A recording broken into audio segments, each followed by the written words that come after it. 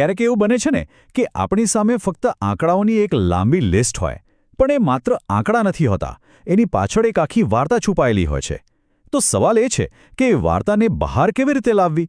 ચાલો આજે આપણે આ જ રહસ્યને ઉકેલવાનો પ્રયત્ન કરીએ. આ એ સવાલ છે જે દરેક ડેટા સાથે કામ કરનાર વ્યક્તિના મનમાં આવે છે. આ નંબર્સ એ માત્ર નંબર્સ નથી, એ એક વાર્તા છે જે કહેવા માટે રાહ જોઈ રહી છે. તો ચાલો આપણે સાથે મળીને એ વાર્તાને શોધી કાઢીએ. કોઈપણ ડેટાને સમજવા માટે પહેલું અને સૌથી જરૂરી પગલું છે એને બરાબર ગોઠવવું અને એનો અર્થ કાઢવો. તો ચાલો આપણે ત્યાંથી જ શરૂઆત કરીએ. આખી વાતને સહેલી બનાવવા માટે આપણે એક સરળ ઉદાહરણનો ઉપયોગ કરીશું. ધારો કે આપણે કોઈ વસ્તુનું વજન કર્યું અને આપણને આ 5 અલગ અલગ રીડિંગ્સ મળ્યા. હવે જોઈએ કે આ 5 આંકડા આપણને શું કહી શકે છે. કોઈપણ ડેટાસેટને જોયા પછી સૌથી પહેલો સવાલ જે મગજમાં આવે એ છે કે આનું કેન્દ્ર ક્યાં છે? મતલબ કે મોટાભાગના આંકડા કઈ વેલ્યુની આસપાસ ફરી રહ્યા છે?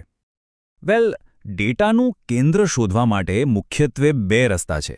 એક છે મધ્યક એટલે કે એવરેજ અને બીજો છે મધ્યસ્થ.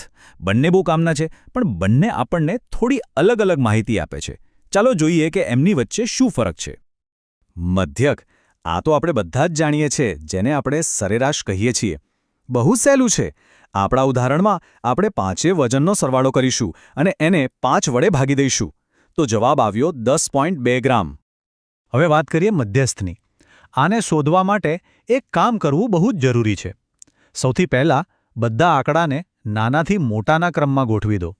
પછી જે આંકડો બરાબર વચ્ચે આવે એ જ આપણો મધ્યસ્થ છે. અહીંયા જુઓ, 10.1 ગ્રામ બરાબર વચ્ચે છે.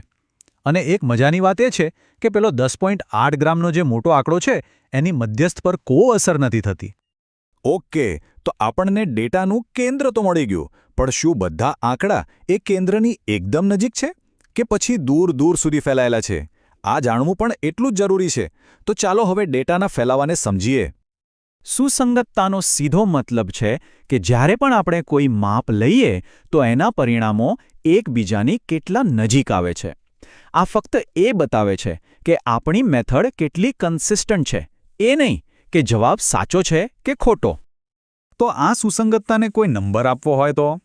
એના માટે આપણી પાસે એક બહુ જ પાવરફુલ ટૂલ છે, પ્રમાણિત વિચલન અથવા સ્ટેન્ડર્ડ ડેવિએશન. જો એસડી ઓછું હોય તો સમજવાનું કે બધા આંકડા એકબીજાની નજીક છે, અને જો એસડી વધારે હોય તો એ ફેલાયેલા છે. સિમ્પલ. હવે અહીં જુઓ, એસડી અને આરએસડી વચ્ચેનો તફાવત સમજવો જરૂરી છે. એસડી આપણને મૂળ એકમમાં ફેલાવો બતાવે છે, જેમ કે ગ્રામમાં. પણ ધારો કે આપણે 2 અલગ અલગ પ્રયોગોના ફેલાવાની સરખામણી કરવી હોય તો? ત્યારે આરએસડી કામ આવે છે, કેમ કે એ ટકાવારીમાં ફેલાવો બતાવે છે, જેનાથી સરખામણી કરવી એકદમ સહેલી બની જાય છે. અને હવે આપણે આજના વિશ્લેષણના સૌથી મહત્વના ભાગ પર આવી ગયા છીએ. આપણા પરિણામો સુસંગત હોવા એ એક વાત છે, પણ શું એ સાચા પણ છે? આ બંને વચ્ચેનો તફાવત સમજવો એ કોઈપણ વિશ્લેષક માટે ખૂબ જ જરૂરી છે. ચાલો ડાર્ટબોર્ડનું ઉદાહરણ લઈએ. આ છે શ્રેષ્ઠ પરિસ્થિતિ, મતલબ કે આપણે જેટલા પણ ડાર્ટ ફેંક્યા એ બધા બરાબર સેન્ટરમાં એટલે કે બુલ્સઆઈ પર લાગ્યા અને એકબીજાની એકદમ નજીક પણ છે. આને કહેવાય પરફેક્ટ પરિણામ. હવે આનાથી સાવધાન રહેજો.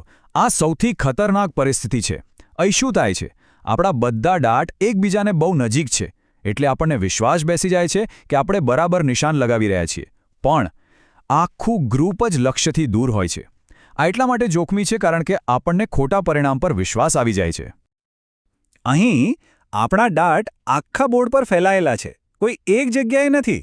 પણ જો આપણે બધાની સરેરાશ પોઝિશન કાઢીએ તો એ કેન્દ્રની બહુ નજીક હોય છે. મતલબ કે પરિણામોમાં કન્સિસ્ટન્સી નથી, પણ ઓવરઓલ આપણે સાચા જવાબની આસપાસ છીએ. અને છેલ્લે આ છે સૌથી ખરાબ પરિણામ. આપણા ડાર્ટ આખા બોર્ડ પર ગમે ત્યાં ફેલાયેલા છે અને કેન્દ્રની આસપાસ પણ નથી. આ ડેટા પર આપણે જરા પણ ભરોસો કરી શકીએ નહીં. તો આપણે કેટલા સચોટ છીએ એ કેવી રીતે ખબર પડે? એને માપવા માટે એક નંબર છે, જેને કહેવાય છે નિરપેક્ષ ત્રુટિ. આ કંઈ અઘરું નથી, બસ આપણા પરિણામ અને સાચા જવાબ વચ્ચે કેટલો તફાવત છે એ જ આ નંબર છે. સરસ. તો અત્યાર સુધી આપણે જે જુદા જુદા કોન્સેપ્ટ સમજ્યા, ચાલો હવે એ બધાને ભેગા કરીને એક શક્તિશાળી ટૂલકિટ બનાવીએ જે કોઈપણ ડેટાનું વિશ્લેષણ કરવામાં કામ લાગશે. કોઈપણ ડેટાસેટ હાથમાં આવે ને એટલે બસ આ 3 સવાલ પૂછવાના. પહેલું, ડેટાનું કેન્દ્ર ક્યાં છે? બીજું, પરિણામો કેટલા સુસંગત છે? અને ત્રીજું, એ કેટલા સાચા છે? બસ આટલું કરવાથી આપણને આખી પરિસ્થિતિનો સ્પષ્ટ ખ્યાલ આવી જશે.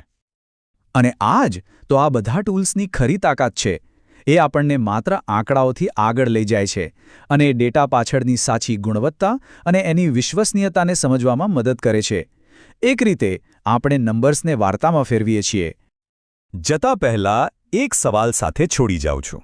જરા વિચારજો, શું એવા પરિણામો વધુ ખરાબ છે જે આમતેમ ફેલાયેલા હોય, કે પછી એવા પરિણામો જે ખોટા હોવા છતાં આપણને સાચા હોવાનો ભરોસો અપાવે? આનો જવાબ વિચારવા જેવો છે, ખરું ને?